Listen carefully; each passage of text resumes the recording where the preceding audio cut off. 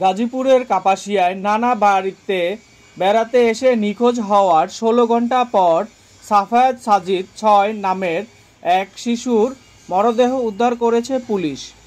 বুধবার ৬ জানুয়ারি ভোরে কাপাসিয়া সদরের মধ্যপাড়া গ্রামের কুইশা খাল এলাকা থেকে ওই শিশুর মরদেহ উদ্ধার করা হয়।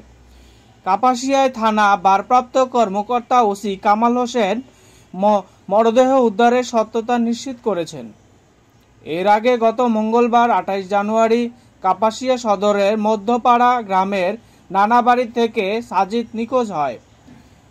সে দস্যু নারায়ণপুর গ্রামের সৌদি প্রবাসী সোহাগ মিয়ার একমাত্র ছেলে এবং কাপাসিয়া বঙ্গতাজ প্রি ক্যাডেট একাডেমিতে নার্সারির শিক্ষার্থী।